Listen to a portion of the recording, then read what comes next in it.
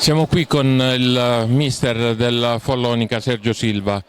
Il Follonica ha mantenuto la seconda posizione in classifica dopo questa vittoria. Ora quali sono i vostri obiettivi? Prima, se mi permetti, parlo della partita perché non è stato semplice mantenere la calma come hanno fatto i miei ragazzi dopo una partita di questo genere qua. Quindi io non so di cosa ci sono le lamentele finali, non so da cosa arrivano. Sono stati bravi, ci siamo messi nei casini da soli noi, però penso che poi ha vinto la squadra migliore.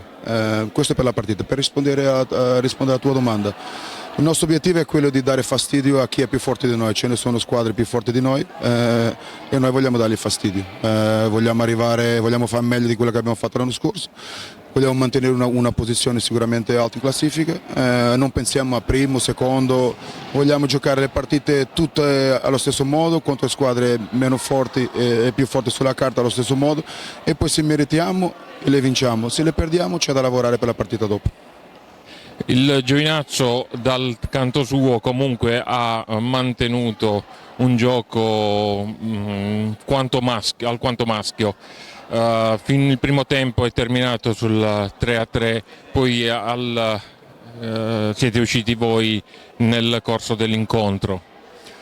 Il Giovinazzo ha fatto la sua partita, io non sono contento, hanno fatto quello che hanno pensato di fare, che hanno potuto, ha giocato la sua partita e su questo non c'è niente da dire. Sono comunque stati in partita, ripeto, per tante cose fatte meno bene da parte nostra, infatti fino alla fine è sempre stata lì combattuta.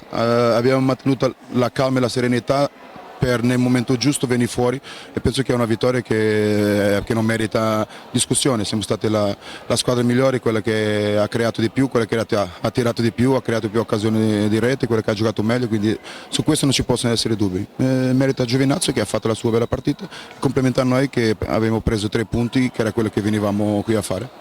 Grazie. Prego.